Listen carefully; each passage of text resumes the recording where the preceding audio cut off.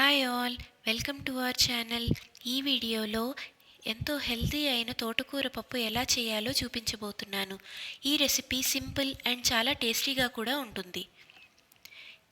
ఈ రెసిపీకి కావలసిన main ingredients: ఒక తోటకూర బంచ్, 2 బిగ్ సైజ్ టొమాటోస్, పచ్చిమిరపకాయలు, పప్పు. ఇక్కడ నేను మసూర్ దాల్ అంటే ఎర్ర కందిపప్పుతో చేస్తున్నాను. ఇదే రెసిపీ రెగ్యులర్ కందిపప్పు అంటే తూర్ దాల్తో కూడా చేయవచ్చు. ముందుగా మసూర్ దాల్ని బాగా కడిగి ఉంచాలి. ఒక కుక్కర్లో కడిగిన ఎర్ర కందిపప్పు అందులోకి ఉడకడానికి కావలసినంత నీరు పోసి స్టవ్ పైన పెట్టాలి. స్టవ్ ఆన్ చేసి మీడియం ఫ్లేమ్లో ఉంచాలి. దీంట్లోకి బాగా కడిగి సన్నగా తరిగిన తోటకూరను వేయాలి. తోటకూర బాగా సన్నగా తరిగి వేస్తే లీఫీ వెజిటబుల్స్ తినము అని మారం చేసే పిల్లలు కూడా ఇష్టంగా తింటారు.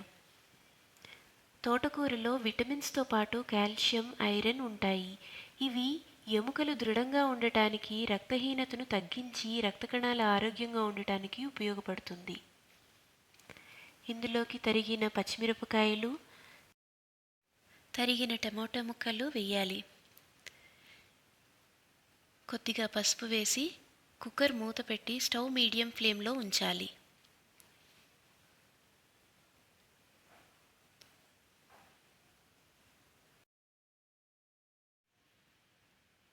పప్పు ఉడికేలోపు కొద్దిగా చింతపండుని నీళ్లలో నానబెట్టుకొని పక్కన ఉంచాలి.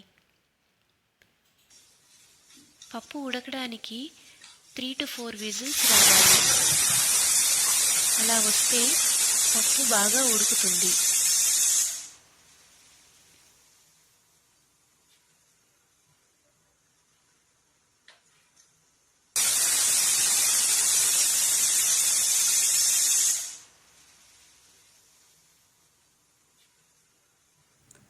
ఇలా 3 నుంచి 4 విజిల్స్ రావాలి.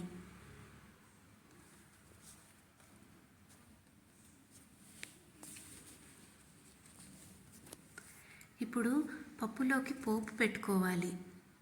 ఇక్కడ నేను గరిటెలో 2 స్పూన్స్ ఆయిల్ తీసుకుని పోపు పెడుతున్నాను. గరిటెతో అలవాటు లేని వాళ్ళు చిన్న కడాయి తీసుకుని దాంట్లో పోపు పెట్టుకోవాలి. 2 స్పూన్స్ ఆయిల్, 1/4 స్పూన్ అంటే పావు స్పూన్ ఆవాలు, పావు స్పూన్ జీలకర్ర వేయాలి. తరిగిన ఒక పచ్చిమిరపకాయ, కొద్దిగా ఇంగువ వేయాలి. తినే కారం పట్టి ఎన్ని మిరపకాయలు కావాలో చూసుకుని వేసుకోవాలి.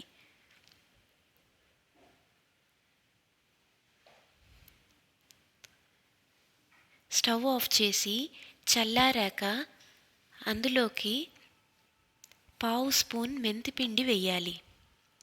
ఇది ఆప్షనల్, అయితే మెంతిపిండి వేస్తే ఫ్లేవర్ బాగుంటుంది.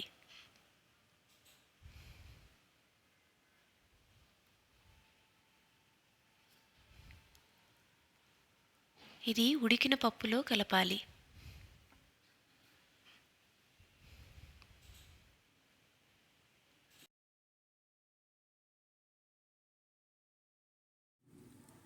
పోపుని పప్పులో కలిపి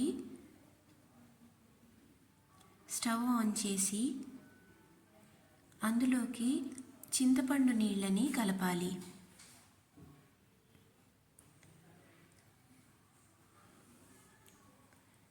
స్టవ్ పైనే ఒక 5 నిమిషాలు ఉంచాలి. చింతపండు ఫ్లేవర్ రెసిపీకి యాడ్ అయ్యి రెసిపీ టేస్టీగా ఉంటుంది.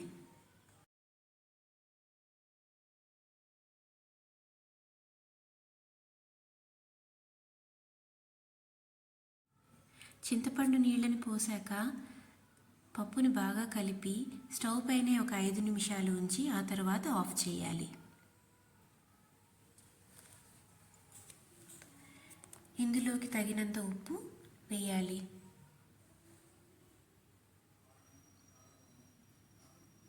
అంతే, ఎంతో రుచిగా ఉండే తోటకూర పప్పు రెడీ. ఇది వేడివేడి అన్నంలోకి సర్వ్ చేసి నెయ్యి వేసుకుని తింటే సూపర్ టేస్టీగా ఉంటుంది.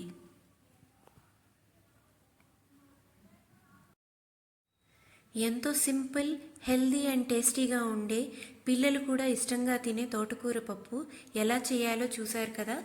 మీరు కూడా ట్రై చేసి ఎంజాయ్ చేయండి. Thanks for watching.